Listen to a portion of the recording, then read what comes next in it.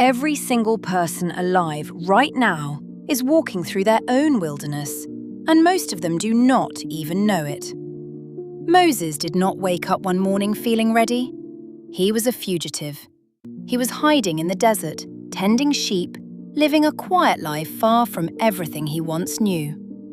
And then, a burning bush changed everything. Not because Moses was the strongest man alive, not because he had the best resume, but because he was willing to say yes when everything inside him was screaming no. Think about that for a second. The man who would lead millions of people to freedom started the journey by telling God he was not qualified. He said he could not speak well. He said nobody would believe him.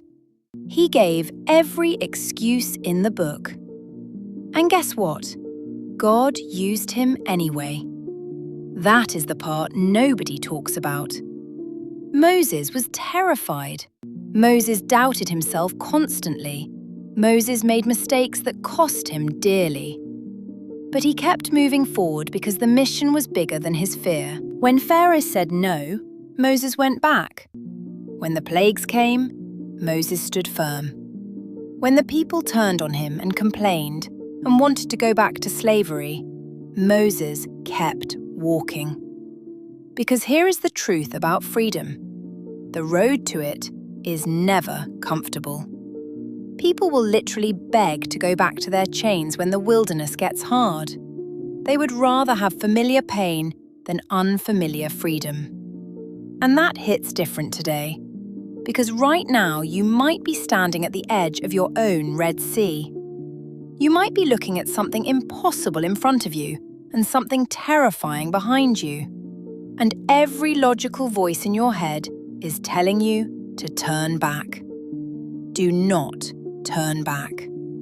Moses raised his staff over water that had no business moving, and it moved.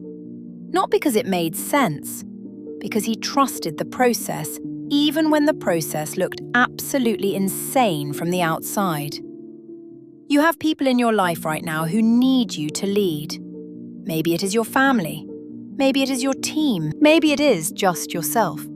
But someone is watching you decide whether to stay comfortable or step into the version of your life that actually matters. The wilderness is not the punishment. The wilderness is the preparation. Moses spent 40 years in the desert before his real mission even started. 40 years. And those years were not wasted. Every single day in that desert was preparing him for something that would change lives for generations to come. The promise.